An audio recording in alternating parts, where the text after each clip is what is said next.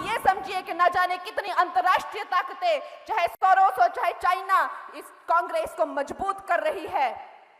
न जाने कितने अरबों करोड़ों इसे दिया जा रहा है और हमारे देश में अस्थिरता लाने के लिए कितनी अंतर्राष्ट्रीय साजिशें की जा रही है। मुझे कहते हैं ये तो हीरोइन है, हाँ तो इसमें क्या बुरी बात है? मुझे कहते हैं कि ये अपवित्र है। मैं इनको ये कहना चाहूंगी कि मैं आप लोगों की तरह नहीं हूं। मैं अपने माता पिता का नाम इस्तेमाल करके नहीं, अपनी योग्यता से अपनी जिंदगी में हर मुकाम पाया है। ये सेना बलों का भी अपमान करते हैं। ये कहते हैं कौन सी सर्जिकल स्ट्राइक हुई, हमने तो नहीं देखी। अरे क्या तुमको वहां लेके जाए क्या? हमारे सैनिकों को कहते हैं कि ये कायर है, ये गलवान वैली में मार खा के आए हैं। क्या मनोदशा होती होगी, कहां से आती है उनके दिमाग में ये बातें? सारा दिन इटालियन लोगों के साथ घूमकर इटालियन बोलते हैं, शायद उनका दिमाग ही भ्रष्ट हो चुका है। राहुल गांधी इटालियन होंगे, लेकिन हम लोगों को इस तरह से टुकड़ों टुकड़ों में विभाजित करने की कोशिश सैम अंकल ना करे। आज वो मौका है जब सारा विश्व चाहे, उनकी अर्थव्यवस्थाएं लड़खड़ा गई हैं, चरमरा गई हैं, लेकिन भारत की अर्थव्यवस्था जो 11वें नंबर पर हुआ करती थी, अब 5वें नंबर पर आई है। और भारतीय जनता पार्टी का संकल्प पत्र कहता है कि इन अगले 5 सालों में हम तीसरी अर्थव्यवस्था होगी। तीसरी अर्थव्यवस्था होने का मतलब आप जानते हैं, अमेरिका, चाइना और भारत एक विश्व की बहुत बड़ी शक्ति बनकर निकल के आना, ये बहुत लोगों को बहुत ज्यादा पेट दर्द हो रहा है इस चीज से। तो आप कतई कांग्रेस को कमजोर मत समझिएगा। आप ये मत समझिएगा कि ये अंग्रेजों का बचा खुशा अंश है और अब पूरी तरह से पूरे भारत ने इसे नकार दिया है तो ये खत्म ही है। आप ये समझिए कि न जाने कितनी अंतर्राष्ट्रीय ताकतें, चाहे सोरोस हो चाहे चाइना, इस कांग्रेस को मजबूत कर रही है। न जाने कितने अरबों करोड़ों इसे दिया जा रहा है और हमारे देश में अस्थिरता लाने के लिए कितनी अंतर्राष्ट्रीय साजिशें की जा रही है। दोस्तों, आप ये मत सोचिएगा कि कांग्रेस सिर्फ एक बची खुची जो है अंग्रेजों का अवशेष है, ऐसा कतई मत सोचिएगा। दोस्तों, एक तरफ तो हमारी भारतीय जनता पार्टी है, जिसके जो संस्कार और संस्कृति है वो किसी से छुपी नहीं है। हमारे जो नेतागण हैं, हमारे नड्डा जी, जिन्होंने आज आकर हमें यहाँ बहुत ही उत्साहित और प्रोत्साहित किया है, आप सब जानते हैं एक सामान्य परिवार से आते हैं। जैसे कि मोदी जी एक सामान्य परिवार से आते हैं, वो बहुत ही संघर्ष कर इन्होंने ये पद प्राप्त किया है। कोई राजा रजवाड़ा से या किसी पारिवारिक विरासत से इन्हें पद नहीं मिला। और अब हम सब जानते हैं, जब इन्हें राष्ट्रीय अध्यक्ष का जब सम्मान मिला था तो पूरे विश्व में हिमाचल का नाम क्या रोशन हुआ। और जब इन्होंने अपने कार्यकाल संभाले तो हिमाचल में एम्स से लेकर अटल टनल, न जाने कितने वैश्विक स्तर के इन्होंने यहाँ पे योजनाएं लाई। आज अगर हम इंफ्रास्ट्रक्चर की बात करते हैं, चाहे हम स्पेस रिसर्च की बात करते हैं, आज भारत जो है विश्व में सबसे विकसित देशों से कंधा मिलाकर चल रहा है, क्योंकि हमारा नारा है कि हम अपनी जेब नहीं भरते, हम जनता के कल्याण के लिए काम करते हैं। मुझे कहते हैं ये तो हीरोइन है,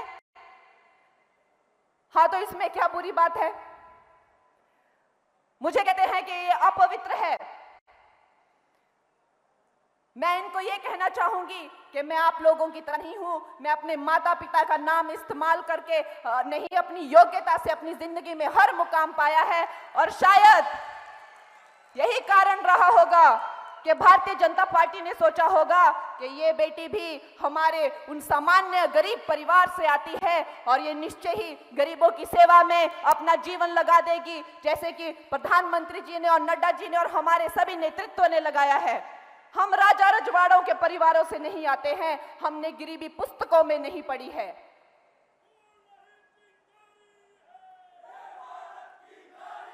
दोस्तों, ये 2024 का चुनाव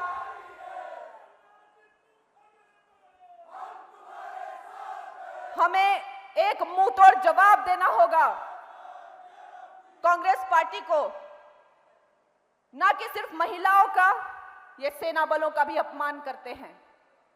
ये कहते हैं कौन सी सर्जिकल स्ट्राइक हुई, हमने तो नहीं देखी। अरे क्या तुमको वहां लेके जाए क्या? हमारे सैनिकों को कहते हैं कि ये कायर है, ये गलवान गली में मार खा के आए हैं। क्या मनोदशा होती होगी उस माता की, क्योंकि आप जानते हैं ये तो वीर भूमि है, हिमाचल वीर भूमि है, जिसने अपना बेटा देश के लिए बलिदान दिया है, देश के लिए उसकी आहुति दी है। क्या उसकी मनोव्यथा होती होगी, आप सोच सकते हैं। लेकिन ये कांग्रेस की यही उसके रिवाज है, यही उनकी नीतियां हैं। इनके वित्त मंत्री ने एक बार कहा था कि ये बेकार और निठल्ले गरीब अनपढ़ गंवार लोगों का देश है, ये मोबाइल क्या यूज करेंगे। आज इनको शर्म आती है जो विश्व में मैक्सिमम डिजिटाइजेशन हमारे भारत में होती है और डिजिटल ट्रांजैक्शन भी हमारे भारत में यूपीआई के सक्सेस से इनकी नाक कटनी चाहिए, लेकिन नहीं कटती है, क्योंकि बेशर्म लोगों की नाक नहीं कटती, वो लोग ढीठ होते हैं। और इसी का नजारा हमने कल देखा। कांग्रेस की ये नीति रही है कि भारत और भारतीयों का, महिलाओं का, किसानों का, सैनिकों का हमेशा अपमान करते हैं। कल उन्होंने हमारे सब भारतवासियों को जैसे कि गाली दी हो।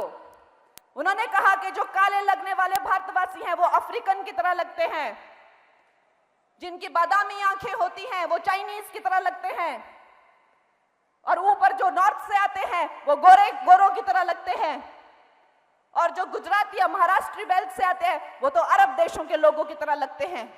क्या आप सोच सकते हैं ये घटिया और नीच सोच की क्या आधार है?